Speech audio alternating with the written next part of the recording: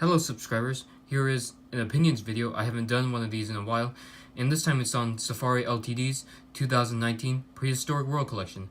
So let's start off with the woolly rhinoceros. As you can see, this is a really nice prehistoric mammal figure.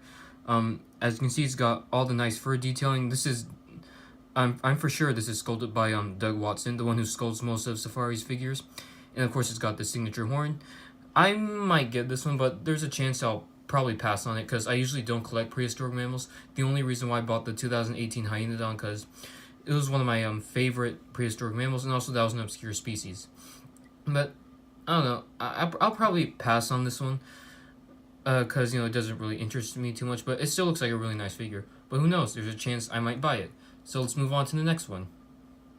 The next 2019 Prehistoric World figure is a repaint of Safari Limited's 1996 T-Rex figure. And while the sculpt on the figure, it wasn't bad, but it wasn't too exciting either. This paint job really makes this figure look awesome. Because the original paint job was like a bluish green color, and then the second repaint was a forest green and then a lime green. This one you got a darker green with some gray stripings. It looks really nice. So there's a chance I might pass, like the woolly rhino. There's a chance I might pass on this one, but there's a chance I might pick it up. Who knows? Next up, we have a resculpt of the Stegosaurus. And when I first saw this figure, I wasn't too impressed with it, honestly, because this figure doesn't seem to have as much detailing as some of the other figures in the line. But the more I look at it, it starts to grow on me more, because this paint job really appeals to me, honestly. It's not super exciting, but people are saying that they don't like this paint job, but I actually quite like it. Because at least it's not, the typical white underbelly and then, just one color for the top. There's actually a variety of colors. So, I'll be most likely picking this one up. It's the first Stegosaurus we had from Safari since the one in 2007. It's nice to see Safari Limited bringing back the Stegosaurus. Next up, we have this very cool looking Pteranodon. And it's actually one of Safari's first pterosaur figures, if not their first, to be in a quadrupedal pose. Because most of the time we always get pterosaurs in flying poses, which kind of makes troubles for collectors who wants to put them on their shelves.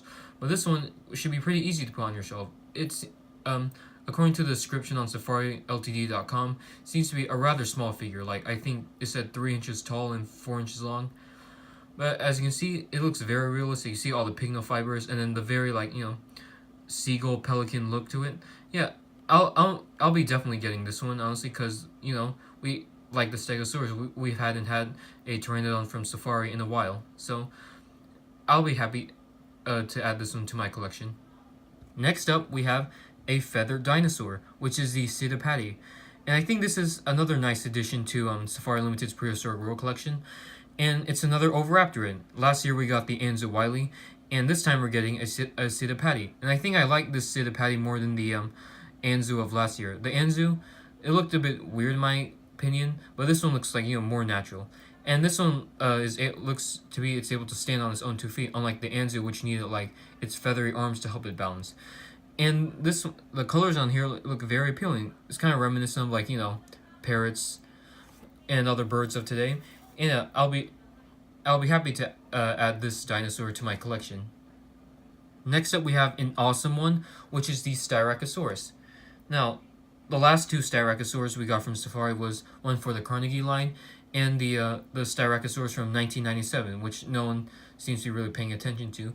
But this one we got an updated sculpt by Doug Watson, and this could be my new favorite of Safari's ceratopsians. See the pose it's in, and the colors, even though it seems to be a bit too colorful for a dinosaur. But as you can see, the sculpt on this one is fantastic. As you can see, all the detailings on here, and I'll be definitely getting this one. Next up, we have the Camarasaurus. Now, this Camarasaurus actually looks really good, and the last time we got a Camarasaurus from Safari, which is for the Carnegie line, and now we're getting an updated version. And of course, detailing paint job, it's much better than the Carnegie one. This one's actually in a walking pose. As you can see, his right arm is lifted off the ground. And this is another late Jurassic Morrison formation animal, alongside the Stegosaurus and another figure in this collection. And yeah, For some reason, I've been really wanting to collect sauropod figures lately, and when I saw this one, I got really excited for it. So I'll be happy to add this sauropod to my collection. Next up, we have another Morrison Formation late Jurassic dinosaur, which is the Allosaurus. Now, this one seems to be one of the controversial figures of this lineup. People are complaining how it looks too bulky for an Allosaurus, and the head sculpt doesn't really look like an Allosaurus. I can kind of agree on that, but like, if they were to call this a Saurophaganax, I think it would have passed off better as a Saurophaganax. But other than that, this looks like a pretty cool Allosaurus figure. I'll be sure to add this one to my collection since, like the Stegosaurus and Pteranodon, it's the first time in a while we've gotten an Allosaurus from Safari. And this will go great with the Stegosaurus and the Camarasaurus. Next up, we have my second most anticipated figure of this lineup, which is the Postosuchus. Now, this Postosuchus just looks amazing. The paint job is very similar to the 2012 Safari Acrocanthosaurus, honestly. And it's good to have another Rhisuchian figure since the last time we got one was the Postosuchus in 2008. As you can see, the pose is fantastic. The paint job and the detailing is like the best part about it. You can see how ferocious that head looks. And I'll be definitely adding this one to my collection. This will be like the first one. When these figures are released, this will be one of the first ones I'll be getting. Next up, we have my most anticipated Safari LTD 2019 Prehistoric World figure, which is the Carnotaurus. Now, this is the first Carnotaurus in the Wild Safari line. The previous Carnotaurs were released for the Carnegie line, but it's nice to see this new updated version.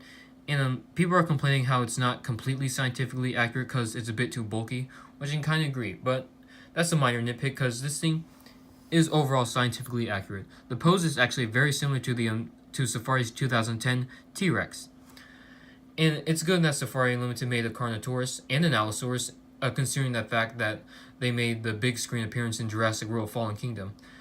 And I cannot wait to get this one in my collection because, like I said, when these are all released, the Carnotaurus and the Postosuchus I'll definitely be getting first.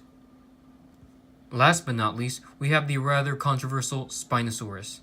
Now, people are saying that they do not like this figure because of the pose and the paint job, but I'm kind of happy with the pose, but I really like the paint job and the detailing. The detailing is obviously the best part, but the paint job is very crocodilian-like, very reminiscent of a saltwater crocodile.